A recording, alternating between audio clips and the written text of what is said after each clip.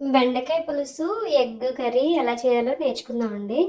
దీనికి కావాల్సిన ఇంగ్రీడియంట్స్ బెండకాయలు ఒక పావు కిలో తీసుకున్నాను, ఒక 4 ఆనియన్స్, 3 పచ్చిమిర్చి తీసుకున్నాను, అలాగే ఒక టమాటా, చింతపండు తక్కువ వేసుకున్నాం. ఆల్రెడీ టమాటా వేసుకున్నాం కాబట్టి చింతపండు పులుపు అనేది కొంచెం తక్కువ వేసుకుంటాం అనమాట. అలాగే మనకి రుచికి సరిపడా పసుపు, సాల్ట్, కారం వేసుకుంటాం. నేను ఇక్కడ పసుపు ఒక 1/2 స్పూన్, సాల్ట్ వచ్చి 1 స్పూన్ తీసుకున్నా, కారం వచ్చి ఒక 3 స్పూన్స్ అయితే తీసుకున్నాను. అలాగే అల్లం వెల్లుల్లి పేస్ట్ కూడా తీసుకుందాం. అల్లం వెల్లుల్లి పేస్ట్, ఎగ్స్ ఇక్కడ నీకు ఎగ్ బాయిలర్లో పెట్టానండి, ఒక 6 ఎగ్స్.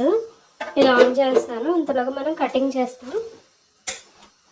ఆన్ అయ్యింది. అలాగే ఇప్పుడు ఆనియన్స్ కట్ చేసుకుందాం. నేను ఆనియన్స్ కట్ చేసుకుందాం అనుకున్నాను కదా, కానీ ఆనియన్స్ ఇలా పేస్ట్ చేసుకుంటే బాగుంటుందండి. దీంట్లో నేను ఒక 4 ఆనియన్స్, ఒక టమాటా మిక్స్ చేశాను. అలాగే జీలకర్ర కొంచెము, ధనియాలు కొంచెము, వెల్లుల్లిపాయ ఒక 4 రెమ్మలు చేశాను. అలాగే మెంతులు కూడా కొంచెం వేసుకున్నాను అనమాట. ఇలా వేసుకుంటే టేస్ట్ చాలా బాగుంటుంది. అలాగే బెండకాయలు కూడా కట్ చేస్తాం కదా. ఇంకా మనం ప్రొసీజర్ స్టార్ట్ చేద్దాము. ఇలా బాండి పెట్టుకున్నాను, స్టవ్ ఆన్ చేస్తున్నాను. నార్మల్గా ఆనియన్స్ కట్ చేసుకునే దానికన్నా కూడా ఇలాగ మిక్సీ చేసుకుంటే చాలా టేస్ట్ ఉంటుందండి, బాగుంటుంది టేస్ట్. మీరు కూడా ట్రై చేయండి. ఇప్పుడు ఇలాగా పెనం వేడెక్కింది కదా, కొంచెం ఆయిల్ వేసుకుందాము.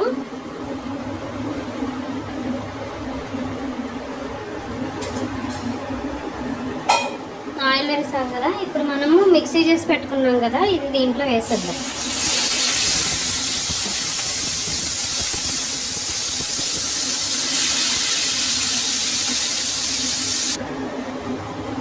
ఇలాగ అవుతుంది కదా. ఇప్పుడు దీంట్లో కొంచెం అల్లం వెల్లుల్లి పేస్ట్ కూడా వేద్దాము, లైట్గా, ఎక్కువ కాకుండా. అల్లం వెల్లుల్లి పేస్ట్ ఏదో ఒక 1/2 స్పూను అలా వేసుకోవాలి. వేసుకొని దీన్ని కలిపేసి మనం ముందు పసుపు, సాల్ట్ తీసుకున్నాం కదా, అది కూడా వేసేద్దాము.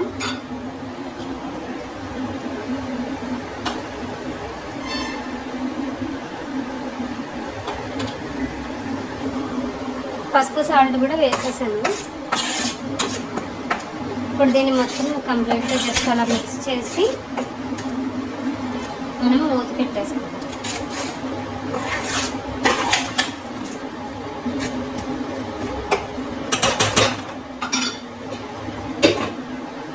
మీడియం ఫ్లేమ్లో పెడదాము ఫ్లేము. ఇప్పుడు మూత తీసి చూద్దామండి ఎంతవరకు వచ్చిందో.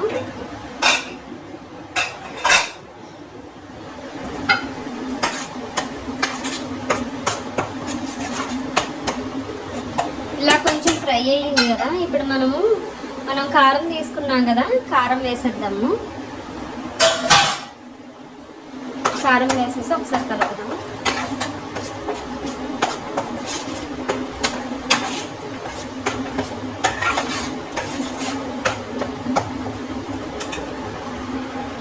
కలిపేసి మనము చింతపండు పులుపు, ఇది నేను నార్మల్గా తీసేసి గుజ్జు తీసేసి పెట్టుకున్నా. అలాగే కొంచెం వాటర్ కూడా యాడ్ చేస్తాను. ఇలా వాటరు యాడ్ చేస్తాను.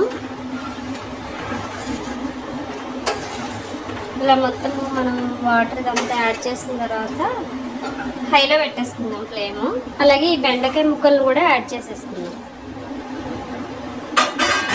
సేమ్ మనకి ఇది టేస్ట్ వచ్చి ఫిష్ కర్రీలా ఉంటుందండి, సేమ్ యాజ్ ఇట్ ఈజ్. మనం జీలకర్ర, వెల్లుల్లిపాయ ఇవన్నీ వేసాం కదా, మెంతులు ఇవన్నీ సేమ్ ఫిష్ కర్రీలా ఉంటుంది. దీన్ని మూత పెట్టేసి హైలో కాసేపు మనం వేగనిద్దాము. అంతలోకి ఎగ్స్ చూద్దాము.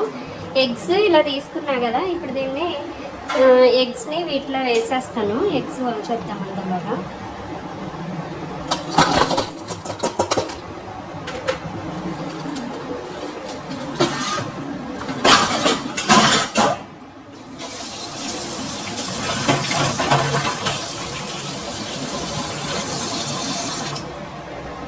ఇప్పుడు ఎగ్స్ ఇలా తీసేసుకున్నానండి. తీసేసుకుని ఇప్పుడు మనం ఆల్రెడీ హైలో పెట్టాం కదా, దీంట్లో వేసేస్తాను.